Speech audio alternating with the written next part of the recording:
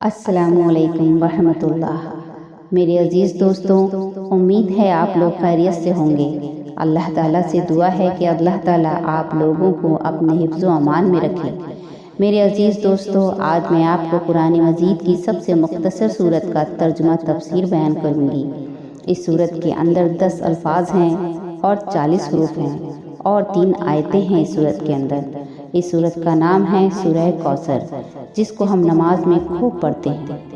اعوذ باللہ من الشیطان الرجیم، بسم اللہ الرحمن الرحیم۔ انا اعطیناک الکوثر فصلی لربک وانحر ان شانئک ھو الابتر۔ یہ صورت مکی ہے، اس میں 3 آیتیں ہیں اور 1 رکوع ہے۔ یہ صورت کب نازل ہوئی، اس کا ایک چھوٹا سا واقعہ ہے۔ رسول اللہ صلی اللہ تعالیٰ علیہ وسلم کی جتنی بھی اولادیں تھیں وہ حضرت خدیجہ رضی اللہ تعالیٰ عنہا سے تھیں۔ آپ نبی پاک کی 2 بیٹے تھے، حضرت قاسم اور حضرت عبداللہ۔ وہ حضرت خدیجہ رضی اللہ تعالیٰ عنہا سے تھے۔ ایک بیٹے حضرت ابراہیم جو تھے وہ حضور کی باندی تھیں ماریہ قبطیہ، ان سے تھے۔ اور نبی پاک رسول اللہ صلی اللہ تعالیٰ علیہ وسلم کے ایک بھی بیٹے زندہ نہیں رہے، وہ بچپن میں ہی انتقال کر گئے۔ تو جو کفار مکہ تھے، حضور پاک صلی اللہ تعالیٰ علیہ وسلم کے جو دشمن تھے، حضور سے جو جلنے والے تھے، تو وہ مذاق اڑانے لگے، ہنسنے لگے اور وہ کہنے لگے یہ تو ابتر ہے۔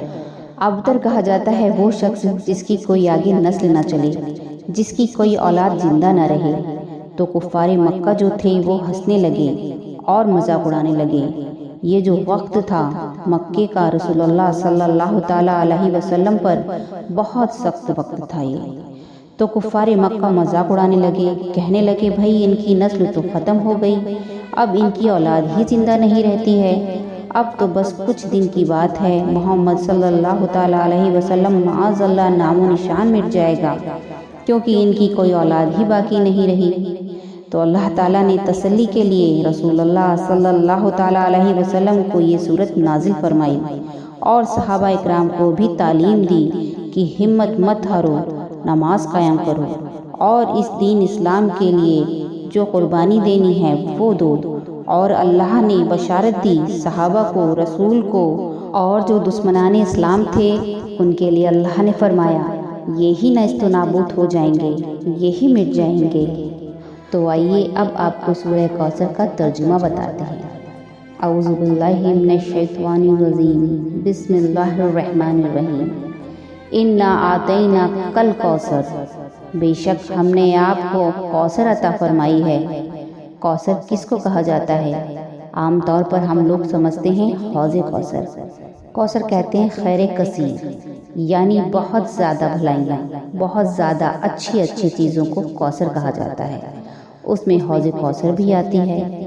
تو اللہ تعالیٰ فرما رہا ہے کہ یقیناً ہم نے آپ کو خیر کثیر عطا فرمائی ہے، یعنی دنیا اور آخرت کی تمام بھلائیاں ہم نے آپ کو عطا فرما دی ہیں۔ تو اب حضور کو بھی تسلی ہے اور حضور صلی اللہ تعالیٰ علیہ وسلم کے جو ماننے والے ہیں، صحابہ ہیں، صحابہ اکرام، ان کو بھی تسلی ہے۔ تمام خیر دنیا اور آخرت کی ہم نے آپ کو عطا فرما دی ہے۔ بعض لوگ یہ کہتے ہیں یہ حوض کوثر ہے۔ حوض کوثر کیا ہے؟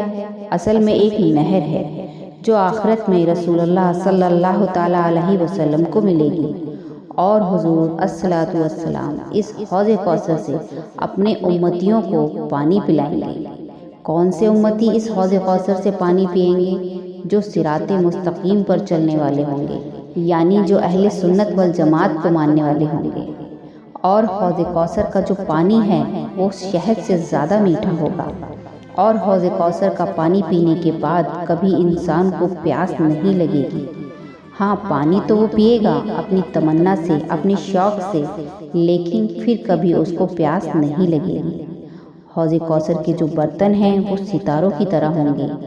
جتنے آسمان میں ستارے ہیں اتنے برتن ہوں گے حوض کوثر پر۔ اور حوض کوثر کی جو سطح ہے وہ یاقوت کی ہوگی، اور حوض کوثر کے جو کنارے ہوں گے وہ سونے کے ہوں گے۔ اور حضور صلی اللہ تعالیٰ علیہ وسلم اپنے امتیوں کو اپنے ہاتھ سے حوض کوثر کا پانی پلائیں گے۔ تو یہ ہے حوض کوثر۔ انا اعطیناک الکوثر۔ یقیناً ہم نے آپ کو کوثر عطا فرمائی ہے، خیر کثیر عطا فرمائی ہے۔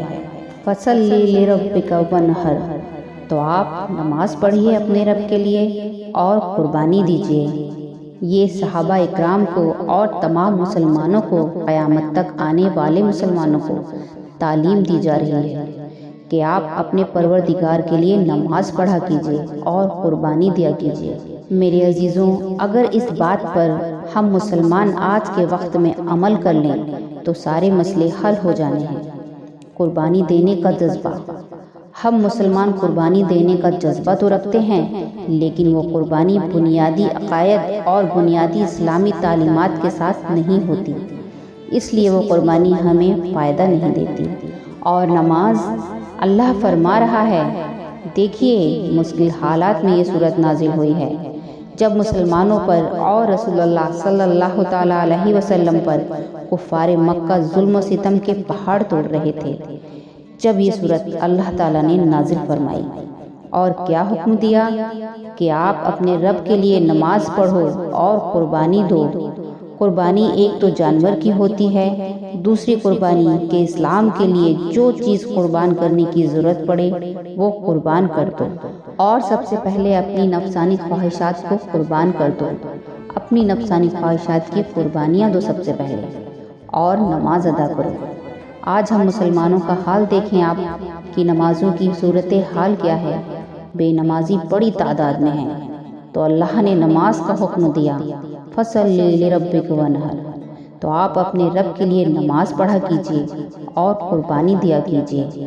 ان شانئک ھو الابتر، یقیناً جو آپ سے دشمنی رکھتا ہے، ھو الابتر، وہی بے نام و نشان ہونے والا ہے، اسی کا نام مٹ جائے گا۔